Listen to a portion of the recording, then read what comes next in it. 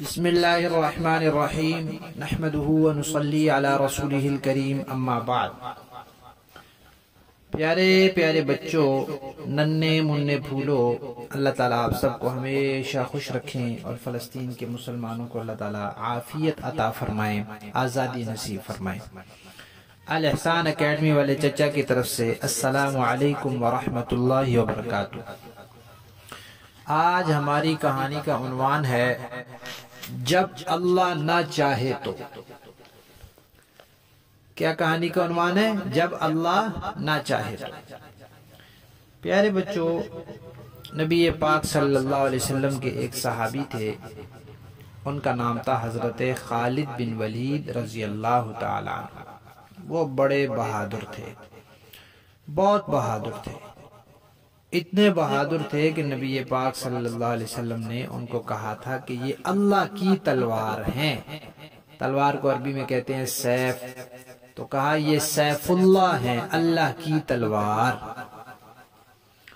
انہوں نے بہت جہاد کیا اور بہت زیادہ کافروں کو انہوں نے شکست دی۔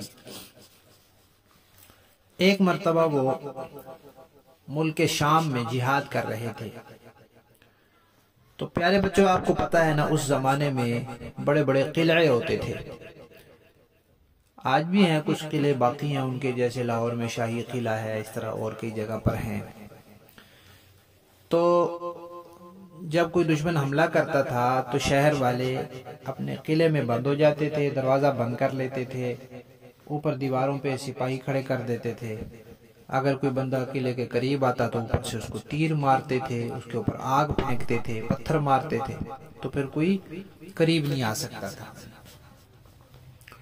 تو اگر کوئی قلعے میں بند ہو جائے تو پھر طریقہ یہ ہوتا تھا کہ اس قلعے کے چاروں طرف لوگ تھوڑی دور ہو کر وہاں اپنے خیمے لگا لیتے تھے، وہاں رہتے تھے کہ بھئی آخر قلعے والوں کے پاس جو کھانے پینے کا سامان ہے وہ ختم ہوگا تو پھر ان کو باہر نکلنا پڑے گا، جب یہ باہر نکلیں گے تو پھر ان کو ماریں گے یا ان کو پکڑیں گے۔ تو وہ کافر جو ہیں وہ اپنے قلعے میں بند ہو گئے۔ اب مسلمانوں نے باہر سے قلعے کو گھیر لیا۔ اب کافی عرصہ گزر گیا، وہ تنگ پڑ گئے کہ ہاروں قدم قلعے کے اندر ہی بند ہیں، اب کھانا پینا تو ختم ہو جائے گا، کیا کریں؟ تو پھر انہوں نے کہا کہ صلح کر لینی چاہیے کہ یہ مسلمانوں سے صلح ہو جائے، یہ ہمیں مارے نہیں، ہمیں زندہ چھوڑ دیں تو کچھ بات چیت ہو جائے ان سے۔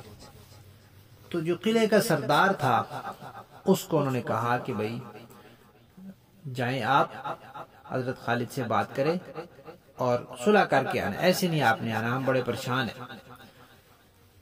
اب وہ سردار جو ہے اس نے سوچا کہ بھئی میں جاؤں گا، اب مسلمان ہیں، انہوں نے ہر جگہ سارے علاقے فتح کر لیے ہیں اور یہاں اب انہوں نے ہمیں گھیرا ہوا ہے، پتہ نہیں وہ ہمارے ساتھ صلح کریں گے نہیں کریں گے۔ کوشش تو میں کروں گا، لیکن اگر انہوں نے صلح نہ کی تو پھر میں واپس آؤں گا تو اپنی قوم کو کیا بتاؤں گا کہ میں ناکام واپس آ گیا ہوں۔ تو اس نے سوچا نہیں، میں اپنی قوم کے پاس ایسے نہیں آؤں گا، میں پھر ایسے کرتا ہوں کوئی ایسی چیز لے جاتا ہوں ساتھ، اگر حضرت خالد سے میری بات چیت نہ بنی تو میں وہیں پھر خودکشی کر لوں گا، اپنے آپ کو مار دوں گا، ختم کر دوں گا، تاکہ مجھے پھر اپنی قوم کے سامنے شرمندہ نہ ہونا پڑے۔ تو اس نے ایک زہر لیا۔ وہ زہر اتنا تیز تھا کہ اس کے بارے میں کہا جاتا ہے کہ آج تک کوئی بندہ اس کا ذائقہ نہیں بتا سکا، کیونکہ ذائقہ بندہ بتاتا ہے، چیز منہ میں رکھتا ہے، ذائقہ محسوس ہوتا ہے، پھر بتاتا ہے کہ یہ میٹھی ہے، یہ نمکین ہے، یہ پھیکی ہے، یہ کڑوی ہے۔ لیکن وہ زہر اتنا تیز تھا، جیسے ہی کوئی منہ میں رکھتا تھا وہ فوراً مر جاتا تھا، تو ذائقہ کیسے بتاتا؟ اس نے کہا یہ زہر لے جاتا ہوں۔ شیشی میں اس نے زہر ڈالا، اس نے کہا کہ اگر میری بات چیت نہ بنی تو پھر میں یہ زہر پی لوں گا اور ختم ہو جاؤں گا۔ شیشی لے کے جناب وہ چلا گیا اور حضرت خالد رضی اللہ تعالیٰ عنہ کے پاس پہنچ گیا۔ پھر کیا ہوا؟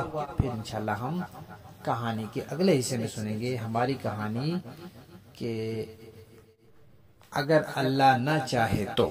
اس کا پہلا حصہ ختم۔